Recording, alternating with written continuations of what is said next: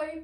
Recently I've had some requests to do some videos on practical things that I do on a day-to-day basis. So for this video I thought I would do it about transferring. A lot of people do transferring onto different surfaces differently, but I thought I would show you how I do it and my way of doing things.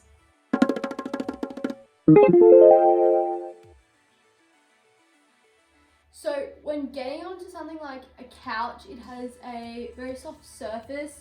So what I do is I always make a fist. This is because when I would go to put my hand down to then swing myself over, my hands can then bend like this, and because I'm putting so much weight through it, it puts a lot of strain on your wrist. So I instead make a fist so it doesn't put that strain and it's going straight down. So this is how I do it. Flick my legs over. Voila.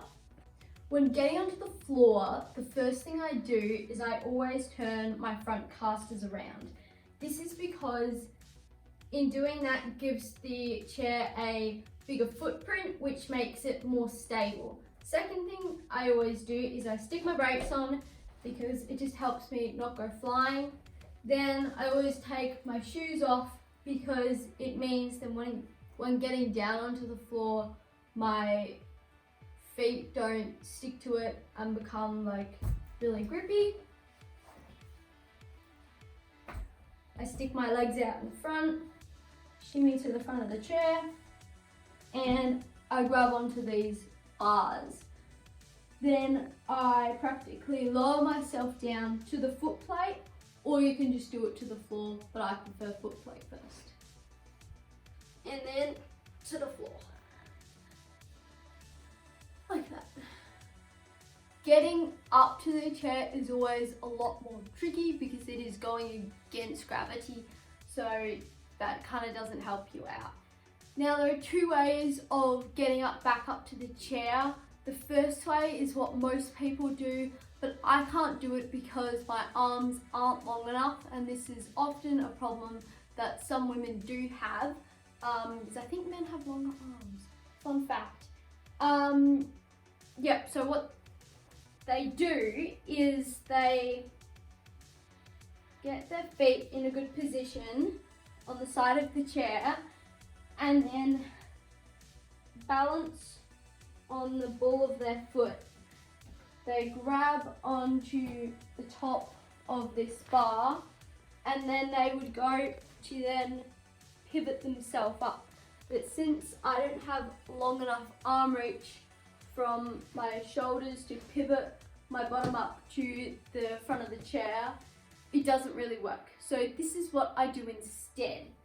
I have requested my foot plate to be made this inch out. So instead what I do is I sit on the foot plate to give me that little bit of extra height. So I use the caster bar or the fork to lift myself up, and I can sit on this little gap that sticks out.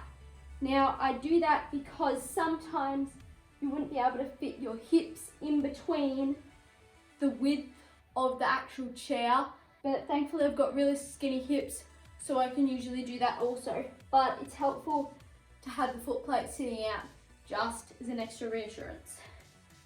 So I bring my feet up and I grab onto these bars again and just hoik myself up like that.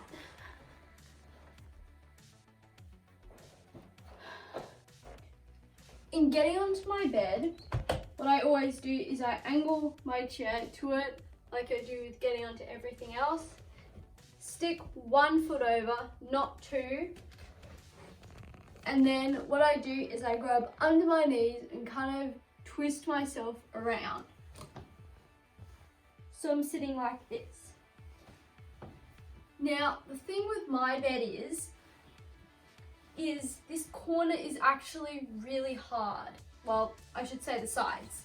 So it's made specially for people who transfer onto this bed, so when they go to put their hand down, it doesn't like sink in and become a really soft surface. So it's got this nice hard edge that I can hold on to and sit on without completely sinking in and collapsing. So it's really good. When getting back up to my chair, the thing that I do is when I grab underneath my knees and go to sit up, I use the momentum from my turning action to help me sit up, as that's something that I've got to use my arms to do because I don't have that core strength. So watch this. So it just makes things a lot easier. One leg and over like that. When getting onto a toilet, it is one of the transfers that are slightly more tricky because you don't have a base that is quite the same.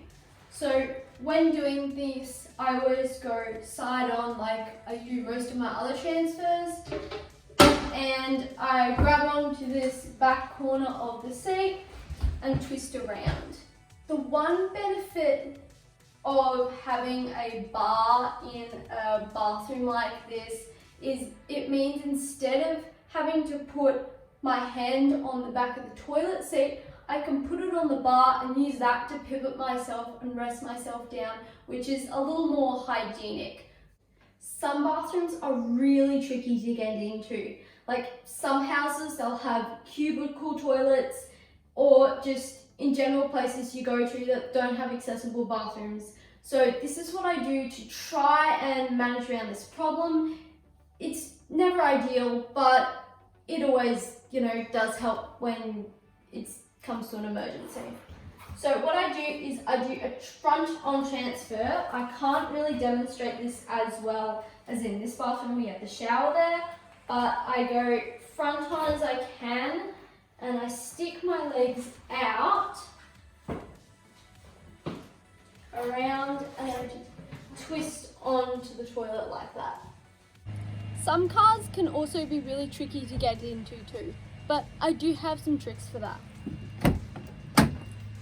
So first of all, I always back my chair up to it like I would do with any normal transfer. I chuck my feet in. Now some cars like SUVs can be a lot higher up than others, and with that I can often use the door to pivot myself onto the seat, but normally I do it just like this. By grabbing hold of the wheel, it gives me that little extra height to then get onto the seat, which always just helps things out a bit. When getting into a car that has a higher seat or the whole car is raised up, it is more tricky. So this is where I use the door to lever myself in.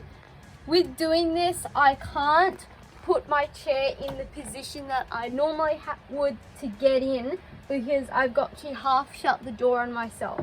So I actually go back slightly, so I've got the ability to close the door more in. So this is what I do. Legs in. Now I would shut the door, bottom myself forward, and I would use this bar to lever myself in. Like that. Now the same principle goes with getting out of the car.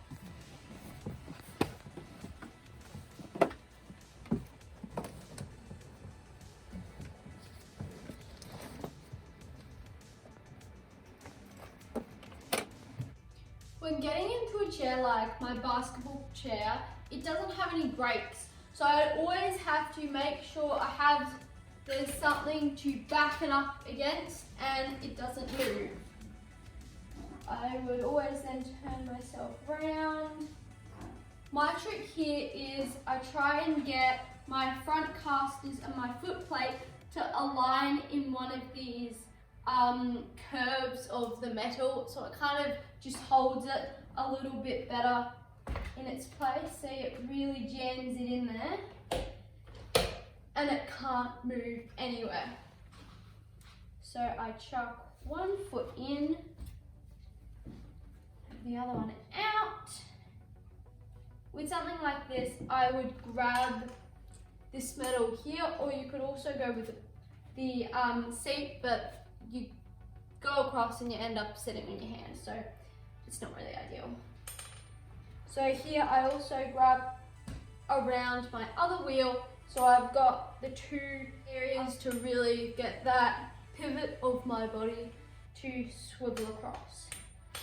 So just move that strap, and it's practically easy as that. With getting back into my normal day chair, you practically just do the exact same thing, but the steps are backwards. So put that foot down like that. I would have my hand behind in this chair like I did with my other one, but it's different chairs, and I'd hold the corner of my seat and across like that one. So with getting into my race chair, things are a bit different because, as you can see, it is a completely different setup to any other chair. What I always first do is I chuck my shoes off.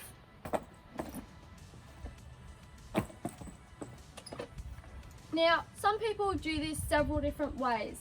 A lot of people can actually go over the back, so they'll park their chair behind this race chair and they'll come over the front and let their legs flop into it. But I can't do that because my legs aren't floppy, and I don't really trust them because they could spasm or kick out, and I don't want them to hurt themselves. And I haven't had enough practice with it. So I put my legs into the footwell. Now getting them on the right angle is tricky because you kind of end up overlapping onto them. I've got this foam here to protect my knees as well. Got to get that in the right position. And then of course I might have to move my feet around when I'm in there. So I grab the seat and my chair like this, pivot myself onto it. Now this is where I'll have to move my feet into the right position. Then I can kind of just wiggle myself in. Like that. That's all I have today about transferring, but remember, please send in any comments for requests on new topics for videos. I would love to hear them, and keep watching because I'm sure there's more videos to come.